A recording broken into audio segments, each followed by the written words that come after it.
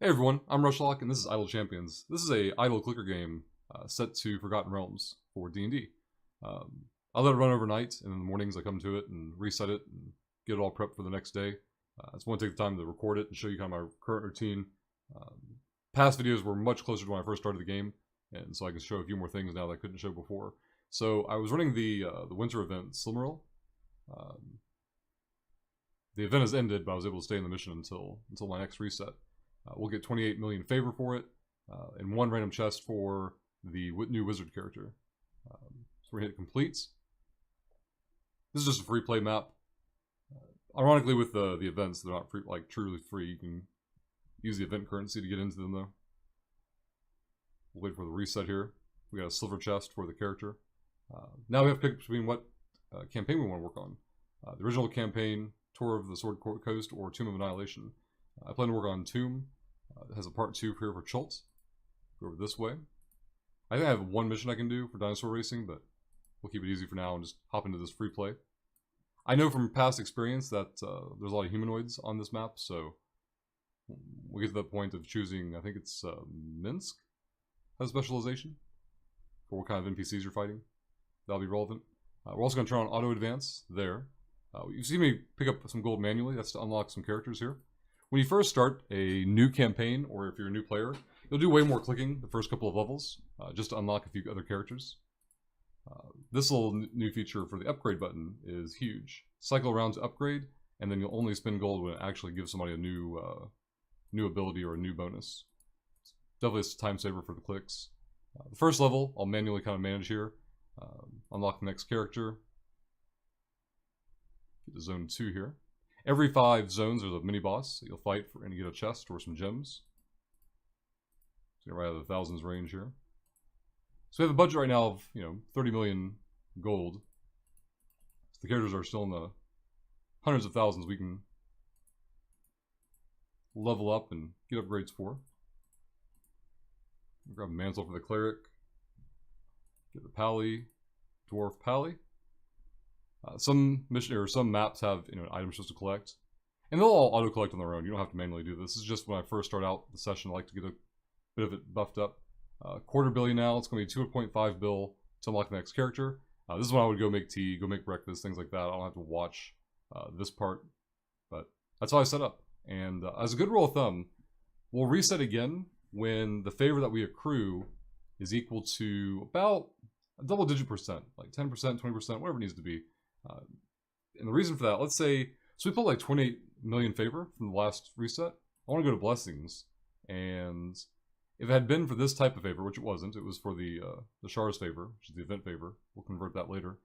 We have a week to do so. Back over here to Combvors. So they have a blessing system now. They didn't have before when I first started the game. And if I had just gotten 30 million for Combvors, I would spend probably up to 30 mil. Getting some buffs. The buffs here on the left-hand side apply to the campaign that we're currently in, where you get the favor from. The buffs over here on the right-hand side are global. So we have a double damage buff globally because of this campaign. This buffs how much favor we get with every reset for all campaigns, which is amazing, especially for the events. I'm sorry, it's specific to the events, not global. It's still a global buff, but it applies specifically to the event favor resets. This last one I don't have yet. I've got a few points in tier 3, but I'm still working on unlocking things. You can see I've spent not quite half of my overall favor.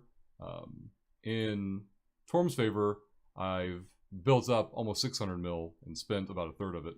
It's a better ratio.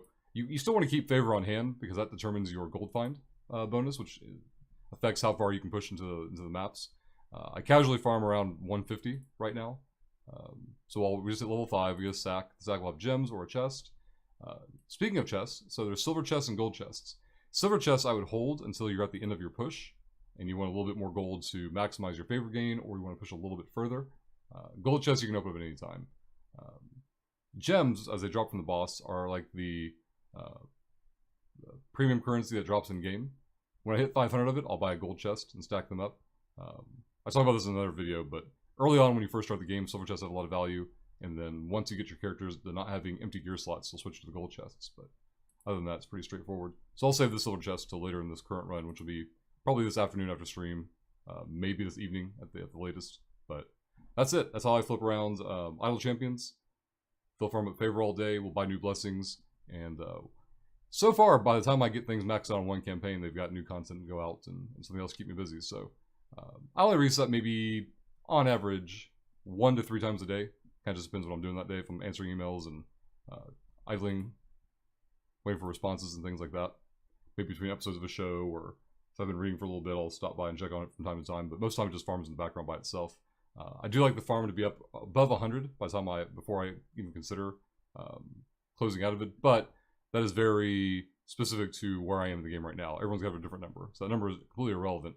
You just want to get to as close to your max push as possible, and then you can either let it run like this in the background, or you can hit escape and quit game, and it'll run passively in the background. It will not advance. All right. So if your game is up and running like this, and you have the toggle for auto progress on, your party will move from one zone to the next. Otherwise, if you have the game closed out, they'll just stay on their current map and farm more gold in favor on that current zone at a diminished rate for being offline. But that's it. That's my routine. If you have any questions, if you want to get some feedback where you are in the game, feel free to do so.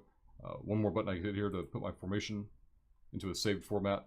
You'll play around with your formations, and you'll hit the save key, and you'll save 1, 2, or 3. If you want to try different formations out, see what you like, without losing your old formation, and then having to figure it back out again. But again, that's it. If you have any questions, comments, always feel free to post in the comments down below. Stop by the live stream, twitch.tv/rushlock. It doesn't matter what game we're playing. You can always ask about Idle. We'll talk about it. But hope you have a great day, and we'll see you all next time.